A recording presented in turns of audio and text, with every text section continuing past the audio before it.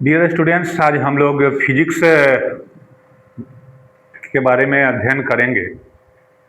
Physics बहुत आसान topic है जिसके बारे में हम लोग आज सबसे पहले सिलेबस देखेंगे कि क्या सिलेबस है और कहाँ से हम लोग मार्क्स अचीव कर सकते हैं।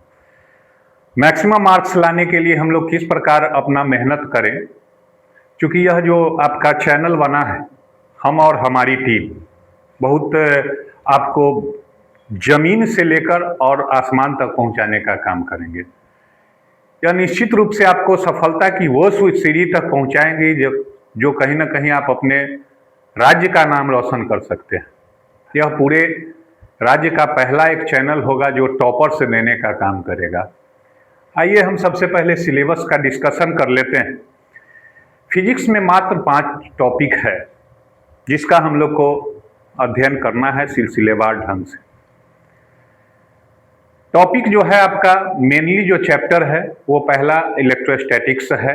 इलेक्ट्रोस्टैटिक्स, यह ग्रीक वर्ड इलेक्ट्रो जो है ग्रीक वर्ड से आया था जिसका मतलब होता है इलेक्ट्रिक, और इलेक्ट्रिक से ही इलेक्ट्रिसिटी आया था। तो इलेक्ट्रिसिटी प्लस स्टैटिक, स्टैटिक का मतलब स्थिर।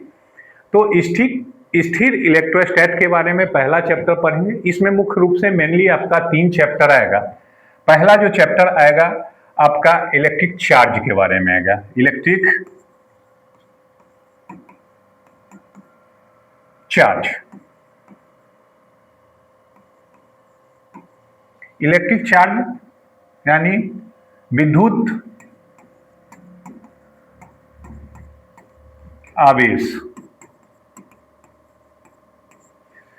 प्लस इसी में आवेश में हम लोग पढ़ेंगे Coulomb's law.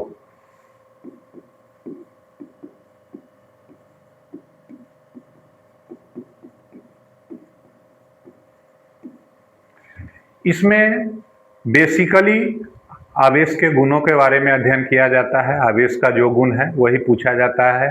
Generally short question में आवेश के मूलभूत गुणों को लिखें। लेकिन इसका इस पर जो आपका जो फंडामेंटल है, जो इसका गुण है, इसका जो प्रॉपर्टी है, इससे ऑब्जेक्टिव में भी 3-4 नंबर का क्वेश्चन आपका रहता है।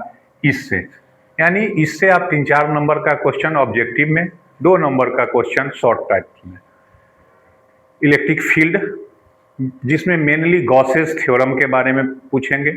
ये आपका पिछले कुछ सालों में गॉसेस थ्योरम के बारे में हम लोग को पूछा भी गया है। लॉन्ग टाइप में 5 नंबर का क्वेश्चन आता है। तो इसमें हम लोग गॉस थ्योरम पढ़ेंगे और उसका एप्लीकेशन पढ़ेंगे कि उसका क्या क्या उपयोग हो सकता है, गॉस प्रमेय क्यों पढ़ते हैं हम लोग के निजी जीवन में। चूंकि ये फिजिक्स पढ़ रहे हैं, यह इंजीनियरिंग का सब्जेक्ट है, तो हमारे लाइफ में इसका क्या उपयोग हो सकता है, रियल लाइफ में भी इसका हम लोग एप्लीकेशन करके देखेंगे। तीसरा है आपका इलेक्ट्रिक पोटेंशियल, विभव। विभव के बारे में भी हम लोग पहले 10th क्लास में भी पढ़ चुके हैं। विभव क्या है उसका हम फिर से रिवीजन करेंगे और इसका एक इलेक्ट्रिक फील्ड के साथ रिलेशन सेटअप करेंगे कि दोनों में आखिर रिलेशन क्या है, दोनों का संबंध क्या है। उसके बाद हम लोग संधारित्र और विद्युत जनित्र मतलब जनरेटर, ये जो है इलेक्ट्रिक जो है स्टैटिक जनरेटर किस प्रकार वर्क करता है, इसके बारे में अध्ययन करेंगे। तो ये फर्स्ट लेसन है। यहाँ से भी कुछ क्वेश्चन आपको लगभग 10 नंबर का क्वेश्चन आपको आता है। नेक्स्ट टॉपिक है करंट। करंट हम लोग पहले भी पढ़ चुके हैं। विद्युत धारा, परिपथ पढ़ेंगे। Circuit, open closed circuit, circuit क्या है, और इससे किरचॉफ का नियम, किरचॉफ का नियम के बारे में अध्ययन करेंगे कि हम लोग पहले पढ़े हैं क्लास 10th में कि ओम के नियम से जो हम लोग सर्किट बनाए थे वह सिंपल सर्किट हुआ करता था। अब हम लोग कॉम्प्लिकेटेड सर्किट होगा, कोई इंडस्ट्री में चले जाएंगे तो बड़ा बड़ा सर्किट बनाना होगा। तो किस तरह से हम लोग बड़ा सर्किट को किस तरह से अरेंज करें, तो ये आपको किरचॉफ का नियम ही बताता है। तो हम लोग इसमें यानी विद्युत धारा में हम लोग का जो है विद्युत धारा, इलेक्ट्रिक करंट,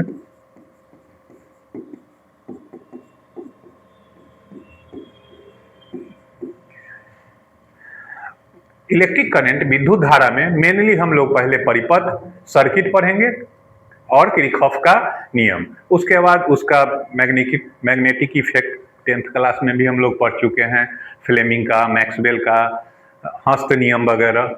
विद्युतीय यंत्र में वही सब है, आपको पता है, वोल्ट मीटर, आमीटर, गैल्वेनोमीटर, ये सब हम लोग विद्युतीय यंत्र में अध्ययन करेंगे। उसके बाद विद्युत चुंबकीय प्रेरण से संबंधित घटना, जिस पर विद्युत घंटी कार्य करता है, जो किसी के दरवाजे पर हम लोग विद्युत घंटी लगा दें, बजाएं, अगला अगर 3 मंजिला पर है, ऊपर से नीचे आया, हम भाग जाएं, पता चलेगा कि अरे कोई तो है नहीं, हमको कोई बेवकूफ बना दिया। तो इस तरह का कार्य हम लोग तरह तरह से यानी इंटरटेन करके पढ़ेंगे, ताकि किन्हीं को किसी को प्रॉब्लम ना हो। और लास्ट में हम लोग एसी के बारे में पढ़ेंगे, प्रत्यावर्ती धारा, that means AC, alternating current.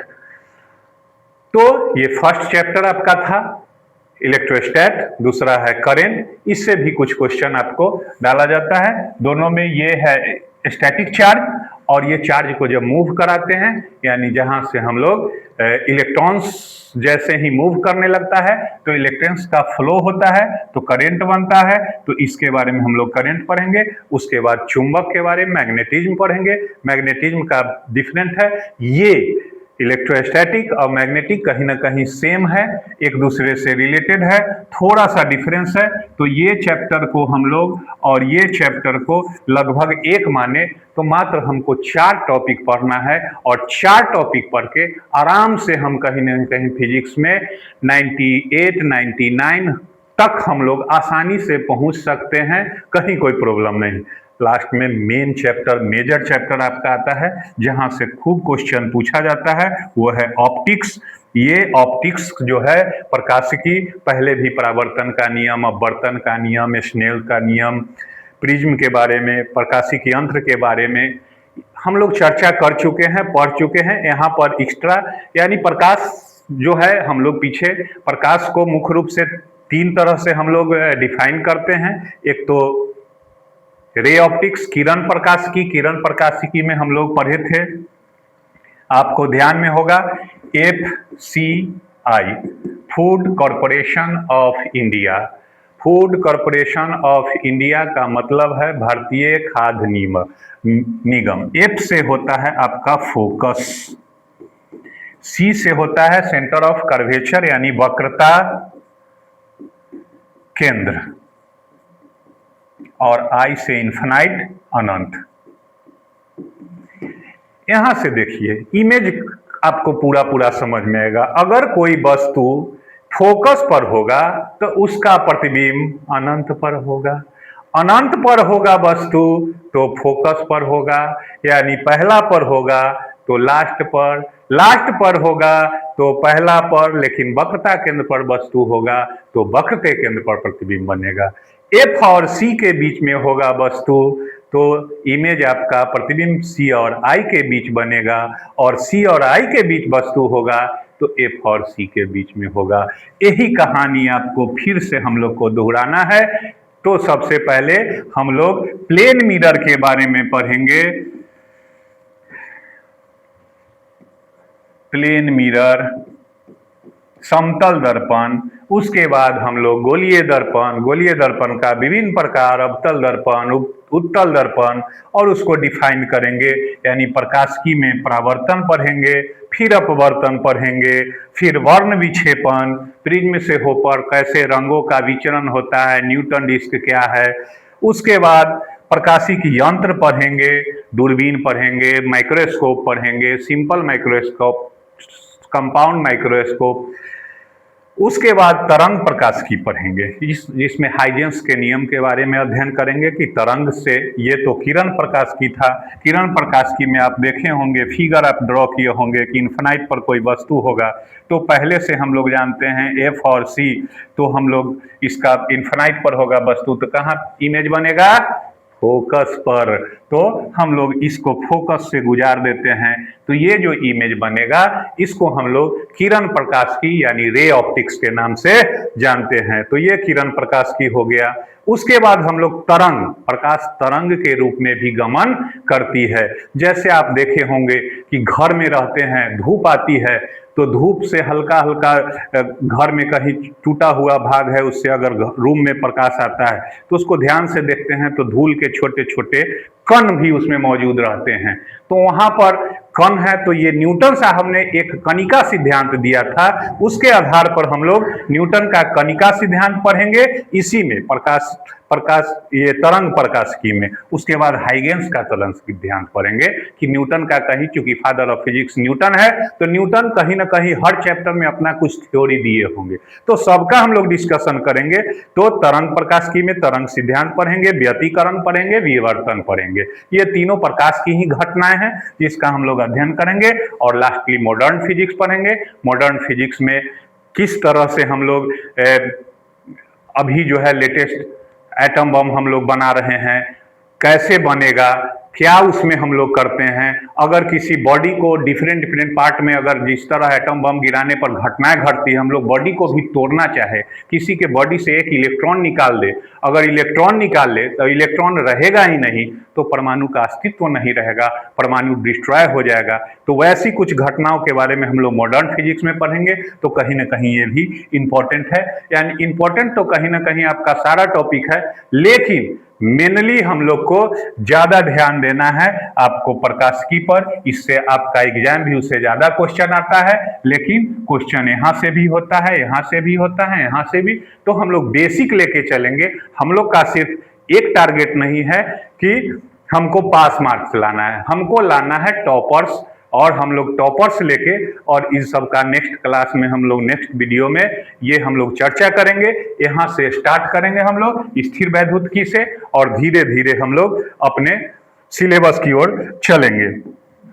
तो ये जो है हम लोग को नेक्स्ट क्लास में डिस्कशन करेंगे स्थिर वैद्युतिकी के बारे में, कि इलेक्ट्रोस्टैटिक्स क्या है, ये ग्रीक वर्ड कहाँ से आया, इसका एक एक करके टॉपिक का चर्चा करेंगे। और अभी के लिए बहुत बहुत धन्यवाद। नेक्स्ट क्लास में हम लोग मिलते हैं नए पहला टॉपिक स्थिर वैद्युतिकी के साथ। धन्यवाद।